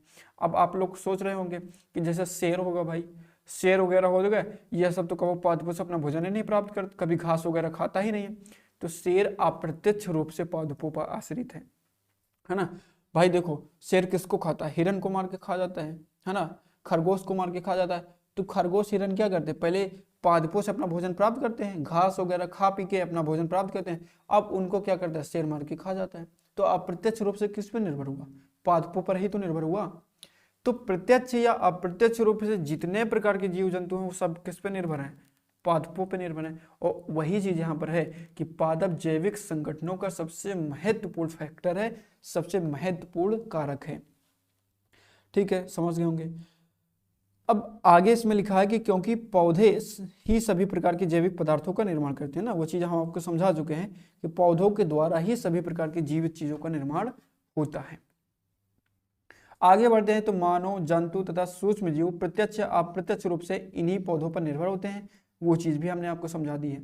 ठीक है, आगे बढ़ते हैं। हरे पौधे अपना भोजन स्वयं बनाते हैं, अतः ये स्वपोषित या फिर आउटरोप्स कहलाते हैं। आउटोट्रोप्स, क्या आप कहेंगे इनको? आउटोट्रोप्स कहेंगे। तो स्वपोषित परपोषित क्या होता है हम अभी समझा चुके हैं आपको। जो अपना पोषण स्वयं करें, किसी दूसरे पर आश्रित ना रहे, स्वपोषित। और जो अपना भोजन स्वयं ना करें, किसी दूसरे, अपना भोजन स्वयं ना तैयार करें, है ना, अपना भोजन स्वयं ना तैयार करें बल्कि पका पकाया माल खा पी के बराबर हो जाएं, वे क्या होंगे? वो परपोषित होंगे। ठीक, वे क्या होंगे? वे होंगे परपोषित। आगे बढ़ते हैं तो जैविक घटक में हम पहला चीज पढ़ चुके हैं पादप के बारे में। अब हम पढ़ेंगे जीव के बारे में, जीव जंतु के बारे में पढ़ेंगे ना, ऑर्गेनिज्म एनिमल के बारे में पढ़ेंगे। तो ऑर्गेनिज्म एनिमल के बारे में आपको ध्यान में रखना है पहला पॉइंट कि अधिकांशतः जीव परपोषित होते हैं, परंतु कुछ जीव ऐसे भी होते हैं जो स्वपोषित होते हैं, जैसे साइनोबैक्टीरिया। ये उदाहरण बड़ा इंपॉर्टेंट है। साइनोबैक्टीरिया को आपको ध्यान में रखना है। यूपी टेट में पूछा गया क्वेश्चन है कि ऐसा कौन सा जीव है जो स्वपोषित है? ऐसा कौन सा जीव है जो स्वपोषित है? ये प्रश्न पूछा गया। जब हम आपको प्रैक्टिस करवाएंगे तो उसमें क्वेश्चन ये दिखेगा आपको, देखने को मिलेगा, तो अभी से याद कर लो। ठीक है, ऐसा कौन सा जीव है जो स्वपोषित है? तो साइनोबैक्टीरिया। लेकिन जितने भी प्रकार की जीव जंतु पाए जाते हैं उनमें से 99% परपोषित होते हैं। उनमें से 99% क्या होते हैं? परपोषित होते हैं। ठीक है, परपोषित का मतलब क्या है? जो दूसरों पे आश्रित रहे, अपने भोजन के लिए, अपने जीवन के को सुचारू रूप से चलाने के लिए दूसरों पर आश्रित रहे, स्वयं भोजन ना निर्माण करें। तो केवल साइनोबैक्टीरिया ऐसा है जो स्वपोषित है, और भी कुछ जीव हैं उनके बारे में हम देखेंगे। दूसरा हमारा जो पॉइंट है, परपोषित जीव अपने भोजन के लिए अन्य जीवों एवं साधनों पर निर्भर रहते हैं। तो हमने बता दिया कि जितने भी परपोषित जीव जंतु हैं वे क्या हैं? भोजन के लिए दूसरे चीजों पर आश्रित रहते हैं, दूसरे जीव पर आश्रित रहते हैं, निर्भर रहते हैं। ठीक है, परपोषित जो होते हैं 3 प्रकार के होते हैं। परपोषित 3 प्रकार के होते हैं ना। देखो ये बहुत आसान है, इसको समझ लीजिए, हो सकता है यहाँ से क्वेश्चन पूछ लिया जाए। तो सबसे पहले परपोषित कितने प्रकार के होते हैं? 3। पहला होता है मृतजीवी। तो मृतजीवी वे होते हैं जो, देखो परपोषित जो होते हैं वो दूसरों पे आश्रित हैं, तो जो सड़े गले पदार्थों पे आश्रित हो उसको हम मृतजीवी कहेंगे। मतलब कि ऐसा परिपोषित जीव, ऐसा परपोषित जीव जो दूसरे सड़े गले पदार्थों पर निर्भर हो, वो क्या कहलाएंगे? मृतजीवी कहलाएंगे। वे जीव जो मृत पौधों तथा जीवों से अपना भोजन प्राप्त करते हैं। यहाँ पर ये लिखा गया है, वे जीव जो मृत पौधे एवं जीवों से अपना भोजन प्राप्त करते हैं क्या कहलाते हैं? मृतजीवी कहलाते हैं। परजीवी क्या है? वे जीव जो अपना भोजन अन्य जीवित जीवों से प्राप्त करते हैं, है ना। जो मृत जीवों से अपना भोजन प्राप्त करे वो मृतजीवी, जो जीवित जीवों से अपना भोजन प्राप्त करें वो कौन कहलाएंगे? वो परजीवी कहलाएंगे। सिंपल सी बात। तीसरा जो है वो है प्राणी समभोजी। तीसरा क्या है? प्राणी समभोजी। तो भैया प्राणी समभोजी वे हैं जो डायरेक्ट अपने मुंह से खाना खा लेती। कौन है? जो डायरेक्ट अपने मुंह से खाना खा लें, जो हाथ का इस्तेमाल बिल्कुल भी ना करें। जैसे गाय हो गए, भैंस हो गए, है ना, कुत्ता हो गया, ये सब का हाथे से इस्तेमाल करते, का चम्मच लेके खाती नहीं, चम्मच लेके नहीं खाते ना, तो ये सब क्या कर रही थी कि डायरेक्ट मुंह से खा लेती भैया। तो यही क्या कहलिए, यही कहलाइए प्राणी समभोजी। ठीक है, होलोजोइक इसको अंग्रेजी में बोला जाता है। अब हम बात करते हैं सूक्ष्म जीव की। किसकी बात करेंगे हम? सूक्ष्म जीव की, माइक्रो ऑर्गेनिज्म की बात करेंगे। सूक्ष्म जीव को हम वियोजक भी बोलते हैं, डीकम्पोजर। हमने शुरुआत में आपको बताया था डीकम्पोजर के बारे में, है ना। सूक्ष्म जीव को हम वियोजक भी बोलते हैं। ये मृत पौधों, जंतुओं के जैविक पदार्थों को सड़ा गलाकर वियोजित कर देते हैं। तो भैया डीकम्पोजर या वियोजक का काम क्या होता है? किसी चीज को सड़ा गला के फिर से पुनः मिट्टी में मिला देना, वो काम होता है डीकम्पोजर का, वियोजक का काम होता है ना। जैसे भाई मान लो सब्जी लाओ और सब्जी तुम बाहर फेंक दियो, बाहर सब्जी फेंक दो, अब कुछ दिन बाद देखो वो सब्जी गायब हो जाएगी, मिट्टी में मिल जाएगी वो सब्जी। तो वह मिट्टी में कैसे मिलेगा? उसको किसने मिला दिया भाई? अपने मन से तो मिली ना। तो बहुत छोटे छोटे जीव होते, बहुत छोटे छोटे जीव होते, वो उसको सड़ा गला के क्या करते हैं? मिट्टी में पुनः मिला देते। ये काम किसका? वियोजक का या फिर डीकम्पोजर का। ठीक है, आगे बात करते हैं सूक्ष्म जीव के अंतर्गत। और इसी वियोजन क्रिया के दौरान ये अपना भोजन भी ग्रहण कर लेते हैं। भाई ये देखो, सड़ा गला के किसी चीज को क्या करते हैं? वियोजित करते हैं, और उसी के दौरान क्या करते हैं? भोजन भी उसी में से प्राप्त कर लेते हैं लोग, है ना। तो ये भी आपको ध्यान में रखना है। तीसरा हमारा जो पॉइंट है, सूक्ष्म जीवों के अंतर्गत बैक्टीरिया तथा कवक आते हैं। सूक्ष्म जीवों के अंतर्गत भैया कौन आते हैं? बैक्टीरिया तथा कवक। या देखो कोरोना वायरस की हम फोटो लगाए ना आप लोग के लिए, ताकि भूलो नहीं। देखो वायरस अलग होता है ना, वायरस अलग होता है, बैक्टीरिया अलग होता है। तो ये बहुत सूक्ष्म होते हैं। ठीक, ये नग्न आंखों से दिखाई नहीं देते। अधिकांशतः जो बैक्टीरिया होते हैं, जो सूक्ष्म जीव होते हैं, वो हमें नग्न आंखों से दिखाई नहीं देते हैं। चलिए आगे बढ़ जाते हैं। आगे देखो, फिर से एक बार डायग्राम चेक कर लेते हैं कि हमने क्या क्या पढ़ लिया। हमने देखो पहले पर्यावरण के घटक के अंतर्गत भौतिक घटक तो पूरा कंप्लीट कर लेना रहा है। अब जैविक घटक के अंतर्गत का हम लिंक पढ़ लेना भाई, हम लोग का पढ़ लेना। तो जैविक घटक के अंतर्गत पादप, जीव, जंतु सबका पढ़ लेना, है ना। पादप के बारे में पढ़ लेना, और जीवों के बारे में पढ़ लिया गया भाई, सूक्ष्म जीवों के बारे में पढ़ लिया गया। अब एक ही चीज बचा है, वह है ऊर्जा घटक। अब एक चीज बचा है, वह है ऊर्जा घटक। इनमें से जो पॉइंट छूट जाएंगे वो हम आगे कवर कर लेंगे, और जो प्रैक्टिस सेट हम सॉल्व करेंगे उसमें तो हम सारी चीजों को कवर ही कर लेंगे। ठीक है, कोई भी पॉइंट छूटेगा नहीं आपको। ठीक है, सारे पॉइंट आपको हम कराएंगे, बहुत विधिवत समझाएंगे, पूरी मेहनत लगा देंगे दोस्तों। आज सारा दिन मेरा बीत गया है इस प्रेजेंटेशन को तैयार करने में। तो मेहनत को, अगर आपको लगता है कि मैंने आपके लिए कुछ मेहनत करी है, तो ज़रूर इस वीडियो को लाइक कर दीजिएगा, अपने दोस्तों के साथ शेयर कर दीजिएगा। क्योंकि ये पूरा प्रेजेंटेशन तैयार करने में दोस्तों बहुत ज़्यादा मेहनत करी है हमने, बहुत ही ज़्यादा मेहनत लगी है दोस्तों। और मेहनत यदि मेरी सफल हो जाएगी, यदि आप लोग ये वीडियो को पसंद करते हैं और इस कोर्स को प्यार दिखाते हैं और ज़्यादा से ज़्यादा फैलाते हैं, बहुत सारे लोगों तक इसको पहुंचाते हैं, तो मेरी मेहनत भी सफल हो जाएगी और आप लोगों को इस सफलता बैच के माध्यम से सफलता जरूर मिलेगी। ठीक है, तो ऊर्जा घटक के बारे में देखो कुछ चीज़ें आपको, एनर्जी कंपोनेंट के बारे में कुछ चीज़ें आपको ध्यान में रखनी है ना। पहली चीज़ आपको क्या ध्यान में रखनी है, इसके अंतर्गत सौर प्रकाश आता है। जैसे कि हमने बताया था, सभी प्रकार की ऊर्जा का जो मुख्य स्रोत है वो क्या है? सूर्य है ना। सौर विकिरण तथा उसके विभिन्न पक्षों को सम्मिलित किया जाता है किसमें? ऊर्जा संगठक में। सौर प्रकाश, सौर विकिरण और उसके विभिन्न पहलुओं को किसमें सम्मिलित करके पढ़ा जाता है? ऊर्जा घटक के अंतर्गत सम्मिलित करके पढ़ा जाता है। ठीक है, आगे बढ़ जाएं, आगे बढ़ते हैं। सूर्य से प्राप्त ऊर्जा को हम क्या कहते हैं? सौर ऊर्जा कहते हैं। सिंपल सी बात है, वह ऊर्जा जो सूर्य से प्राप्त होती है सौर ऊर्जा कहलाती है। सूर्य की यह ऊर्जा पृथ्वी के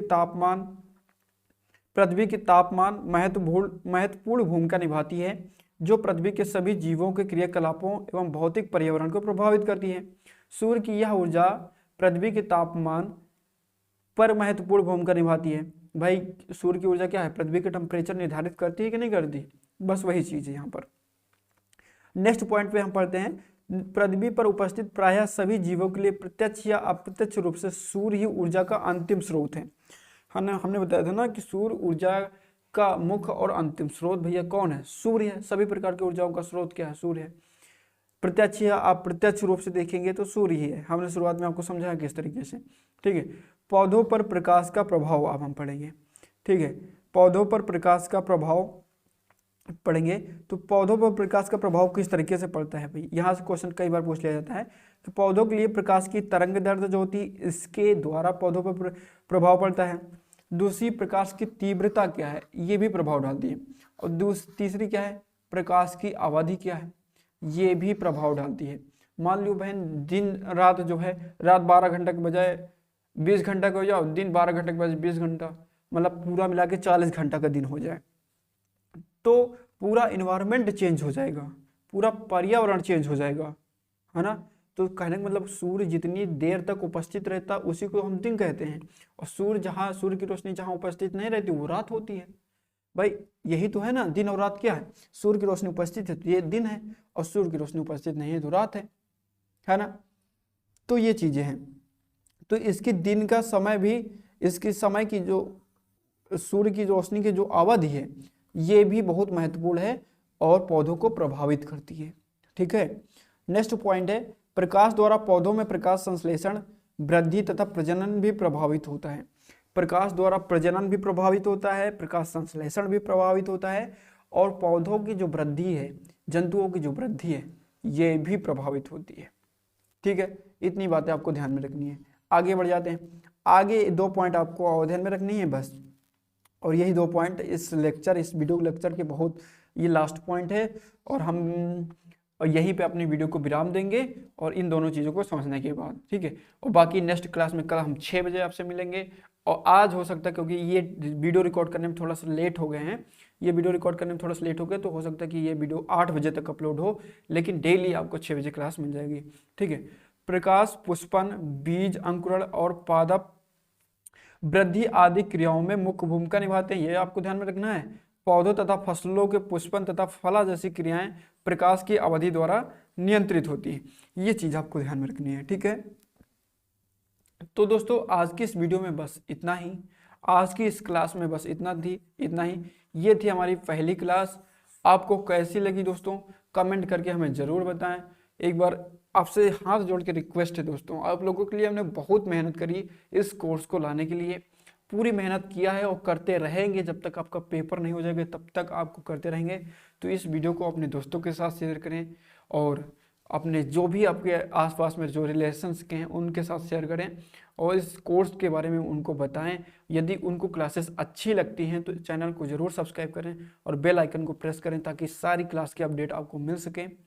तो बस दोस्तों आज के इस वीडियो में बस इतना ही, मिलते हैं नेक्स्ट वीडियो में, तब तक के लिए नमस्कार, जय हिंद दोस्तों, नमस्कार।